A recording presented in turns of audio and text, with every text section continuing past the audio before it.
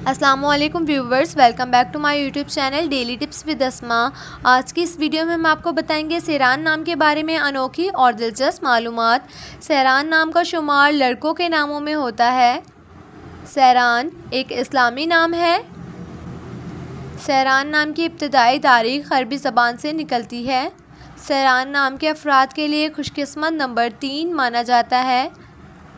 माहिरीन के मुताबिक सहरान नाम के लड़के बहुत हुनरमंद होते हैं। सहरान नाम का मतलब है सैर करने वाला।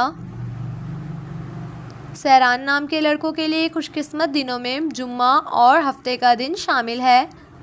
सहरान नाम के अफराद के लिए मुआफिक रंगों में नीला, बनफशी और काला रंग शामिल हैं। सहरान नाम के अफराद के लिए मुआफिक पत्थरों में नीलम पत्थर शामिल है।